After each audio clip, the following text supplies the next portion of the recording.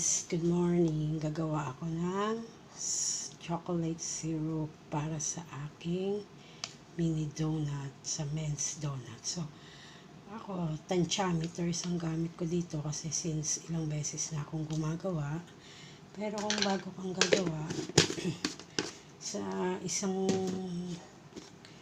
lata, gumagamit ako ng 6 na kutsara. Ganito. Disposable na cocoa powder, tapos 4 na kutsarang harina. Lagyan natin ng 1/2 cup ng sugar. Ayan, 1/2 cup ng sugar. And then lagyan natin ng asin.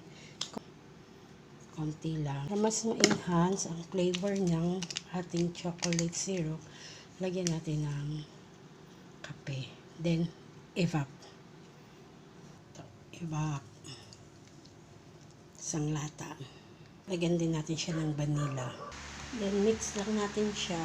Tapos, hanggang sa mawala yung mga buo-buo. Then, salang natin sa apoy. Ayan yan. Wala na siyang buo-buo. So, pwede na natin siyang isalang sa apoy. Sinisala ko kasi yung aking over medium heat lang tayo, pero huwag natin tigilan ng halo hanggang sa makuha natin yung consistency na gusto natin. Yan o, lumalapot na siya o. Ha? Continuous lang natin ang halo sa gusto natin na lapot. Tingnan natin o. Sarap. Pag hindi na nagdidikit yung ating mixture, okay na yan. Sa akin, okay na to. Lalagyan na lang natin siya ng butter.